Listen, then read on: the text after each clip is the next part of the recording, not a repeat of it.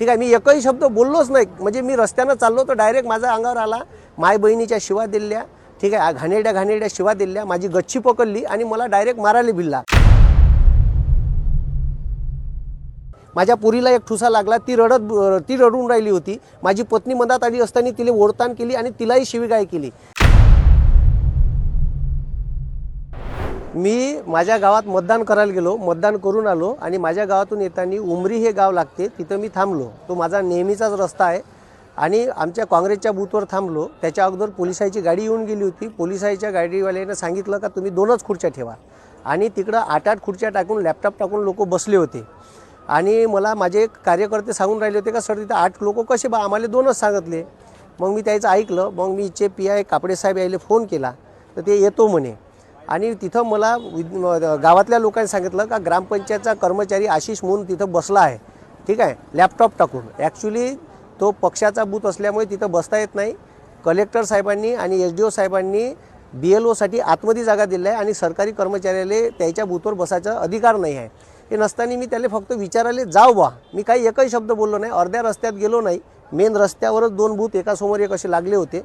तर सरळ तो गुंडा प्रवृत्तीचा आणि आमदार पंकज भोयरचा पिलांटू सचिन खोशे यानं सरळ आणि त्याच्यावर क्रिमिनलचे बरेचसे आरोप आहे, त्याच्यावर गुन्हे दाखल आहे आणि तो डायरेक्ट माझ्या अंगावर येऊन मला मारहाण करून राहिला, ठीक आहे। मी एकही शब्द बोललोच नाही, म्हणजे मी रस्त्यानं चाललो तर डायरेक्ट माझ्या अंगावर आला, माय बहिणीच्या शिवा दिल्या, ठीक आहे, घाणेरड्या शिवा दिल्या, माझी गच्ची पकडली आणि मला डायरेक्ट मारायला भिडला। म्हणजे मी गफल तिथंच होतो, ठीक आहे। मला माहीतच नाही का हे आपल्यावर हमला करणार आहे का करणार। हे सरळ BJPचे माजलेले जे काही हे लोक आहे, पोसून ठेवलेले पंकज भोयर यांनी पोसून ठेवलेले लोक असे अरेरावी करतात आणि सरळ आणि त्याच्यानंतर बाकीचे लोक गावातले धावत आले तर त्याला म्हणे एकाएकाला पाहून घेईन।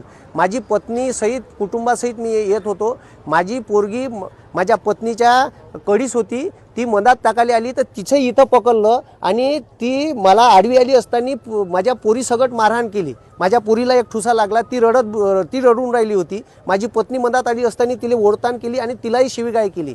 अशा प्रवृत्तीचे लोक इथं महाराष्ट्रात राज करून राहिले आणि या वर्धेतसुद्धा याचा गुंडाराज सर्रास चालू आहे आणि त्याच्यावर एक प्रदेश प्रवक्ता राष्ट्रवादीचा असताना माझ्यावर त्यांनी हमला केला।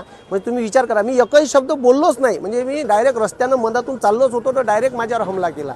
आणि हे योग्य आहे का, हे मतदारांनीच लक्षात घ्यावं। याची गुंडा प्रवृत्ती भ्रष्टाचार प्रचंड माजलेला आहे आणि हे सरळ अरेरावी करत आहे। मी काही एकही शब्द बोललो नसताना ही मारझोड केलेली आहे, ठीक आहे। आणि सरळ त्याच्यानंतर पुन्हा एक ठाकूर म्हणून तिथं माणूस आहे, एक जवादे म्हणून स्त्री आहे, ती सरळ माझ्या अंगावर आली, मला शिवीगाळ करू लागली, आई बहिणीच्या शिवा दिल्या, घाणेरड्या।